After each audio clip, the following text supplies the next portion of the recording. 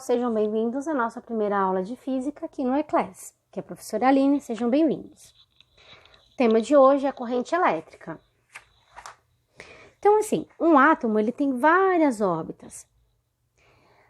Aqueles átomos que têm muitos elétrons na última camada, eles ganham elétrons facilmente, eles são chamados isolantes. Então, aqui eu tenho um átomo de selênio, percebe que ele tem vários elétrons na última camada, então ele é um isolante. Aqueles átomos que possuem poucos elétrons na última camada, eles perdem facilmente os elétrons. Eles são chamados condutores, normalmente são os metais. Então aqui eu tenho um pedacinho de fio, só o fio. Peguei um fiozinho de cobre, por exemplo. Se eu fosse analisar o que estava acontecendo, o que está acontecendo dentro desse fio, eu vou perceber que tem alguns átomos de cobre e os elétrons, que são chamados elétrons livres, eles vão trocando de átomo. Vai para um, vai para outro, fica passeando. Se eu pego esse fiozinho e ligo numa bateria ou numa tomada, o que vai acontecer? Esses elétrons que estavam se movimentando totalmente desordenados vão se organizar todos no mesmo sentido. Ok? Ok. Então eu preciso ter uma diferença de potencial para que esses elétrons comecem a se organizar. Então, corrente elétrica é um movimento ordenado de cargas elétricas no interior de um condutor. E eu preciso de DDP, preciso ter uma diferença de potencial para que eles consigam se movimentar organizadamente. Quando eles começaram a estudar isso, eles ainda não tinham conhecimento dos elétrons. Então, eles pensavam assim, ó. Eu sou um próton, próton repele próton, então ele saía do maior potencial para o menor potencial. Então, eles acreditavam que era essa forma que acontecia. Mas, na real, o que acontece? Eu sei que quem se movimenta não são os prótons, são os elétrons. Então, um elétron ele vai ser repelido pela parte de menor potencial, porque elétron repele elétron. Então, esse é o sentido real, onde ele vai do menor potencial para o maior potencial. Mas, acabou que ficamos, de uma forma convencional, usando esse sentido da corrente. Então, nós temos dois sentidos, o sentido real e o sentido convencional. Então, quando a gente for estudar os circuitos elétricos, a gente vai usar o sentido convencional da corrente, tudo bem? Como que eu acho a intensidade da corrente elétrica? Ela é simbolizada pela letra I, e eu vou pegar um pedacinho desse fio lá dentro, que eu chamo de seção transversal, e eu vou analisar a quantidade de carga que passa num determinado intervalo de tempo. Só que a carga elétrica eu calculo com aquela formulinha, primeira formulinha que a gente estudou na eletrostática, que é a formulinha do Kiné. Ok? Então, você pode calcular N vezes E dividido pelo tempo. Lembrando que o N é a diferença de elétrons e prótons, o número de elétrons que você ganha ou perde. E o Ezinho era a nossa carga elétrica elementar, que é um valor fixo que vale 1,6 vezes 10 a menos 19. O tempo ele vai ser medido sempre em segundos. A carga em coulomb, tempo em segundo. O coulomb por segundo, ele tem um nome especial que é chamado ampere, tá? Então, quando tiver ampere, significa que é coulomb por segundo. Quando eu tenho uma corrente que ela não é contínua, é variável, eu posso montar um gráfico dessa corrente. Então, percebe que ela tinha uma corrente inicial e ela foi aumentando conforme o tempo foi passando.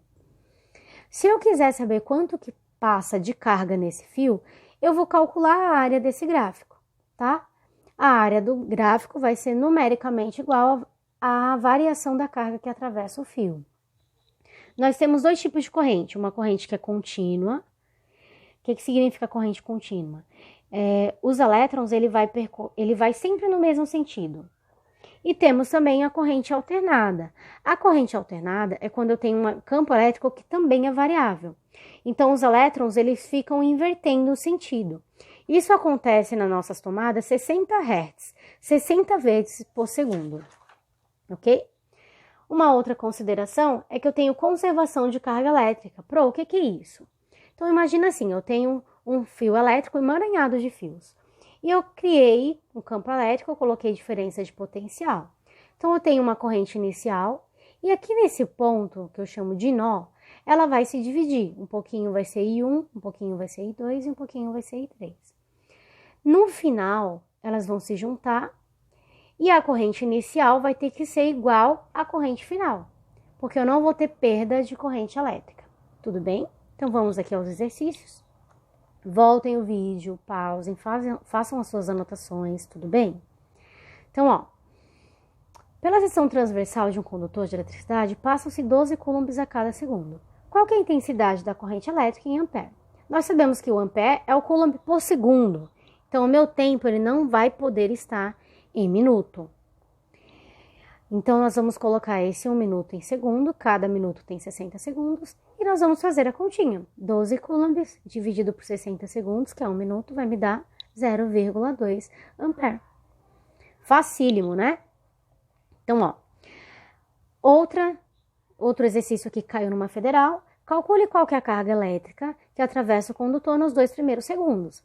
Acabei de explicar para vocês que quando a gente tem um gráfico de intensidade de corrente elétrica por tempo, se a gente calcular a área do gráfico, nós temos o valor numericamente igual à carga.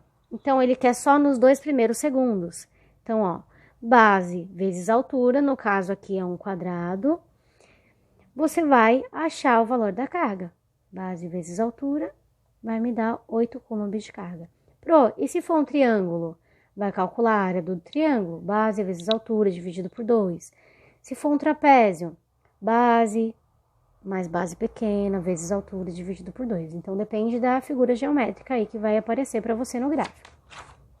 A última é assim, ó. A corrente que flui por um fio após a queda de um raio é de 50.000 ampere. Determine o número aproximado de elétrons que passam pela seção transversal a cada segundo. Então, vamos lá. A intensidade da corrente elétrica vale 50.000 ampere. Ele não sabe qual que é o número de elétrons e ele me falou que o tempo vale 1 segundo, ok? O número de elétrons, a gente vai usar a fórmula, usando a formulinha do Quiné aberta, tá? Lembre-se, o Ezinho, ele é uma constante, ele vale 1,6 vezes 10 a menos 19 coulombs, tudo bem? Então, a gente vai substituir. 50.000 amperes é a intensidade da corrente, N não sei quanto que vale, o Ezinho é 1,6 vezes 10 a menos 19 e o tempo vale 1, tá? Então, vai ficar assim, ó, 50.000 dividido pelo Ezinho vai ser o número de elétrons. Esse valor vai dar aproximadamente 3,1 vezes 10 elevado a 23 elétrons. Pessoal, isso é fácil demais, tá bom? Então, é isso, gente. Qualquer coisa, mandem mensagens, façam aí os exercícios da apostila. Bons estudos para vocês!